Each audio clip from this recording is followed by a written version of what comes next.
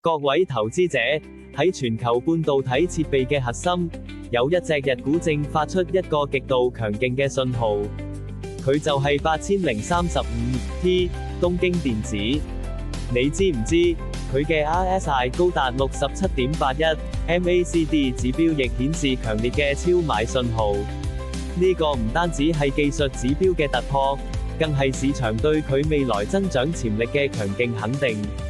咁強嘅上升勢頭，係咪預示住東京電子將會係你尋找嘅下一隻科技領軍者？今日，我哋一齊揭示東京電子喺全球半導體產業嘅真正影響力同投資潛力。東京電子，呢個全球半導體設備巨頭，喺科技前沿扮演着舉足輕重嘅角色。佢哋85%嘅收入都嚟自半導體生產設備，就好似整個數碼世界嘅幕後英雄。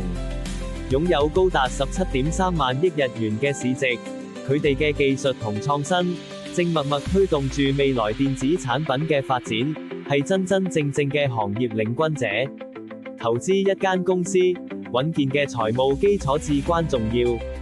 東京電子就展現出令人驚訝嘅零債務狀況，幾乎冇任何負債，財政狀況極為健康。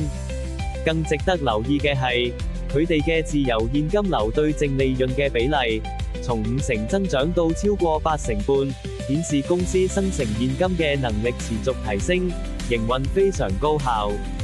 東京電子唔單止財政穩健，增長潛力同樣強勁。佢哋嘅收入複合年增長率達到5%，而淨利潤嘅複合年增長率更高達6%。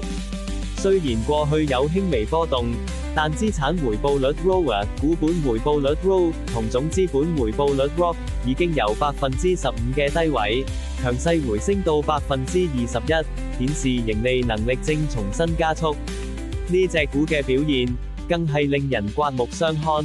東京電子喺過去60同90日，都跑贏咗整個科技板塊，顯示出佢嘅獨特競爭力。同時，佢同日經225指數以及所屬嘅科技板塊，都保持着非常高嘅正相關性，相關係數高達0.8到0.9，意味着當大市或板塊向好，佢嘅股價好大機會跟隨上升。對於東京電子呢類大型日本出口商嚟講，日元嘅持續貶值簡直係如虎添翼。美元對日元匯率正處於強勁嘅上升趨勢，意味着每當公司將海外收入兌換成日元，都將獲得更高嘅價值。呢個有利嘅匯率環境，無疑為公司嘅盈利提供咗額外嘅推動力，進一步增強佢嘅國際競爭力。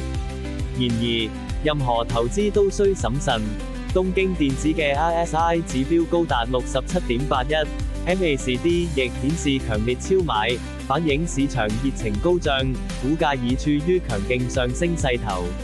但同時，佢嘅市盈率 PE 高達32.23倍，市淨率 PB 亦達8.67倍，顯示目前嘅估值相對較高，投資者需要仔細權衡高增長帶來嘅日價。你今日估咗未？本內容只供參考，並不構成任何形式之投資建議、邀約或推薦。投資有風險，買賣需謹慎。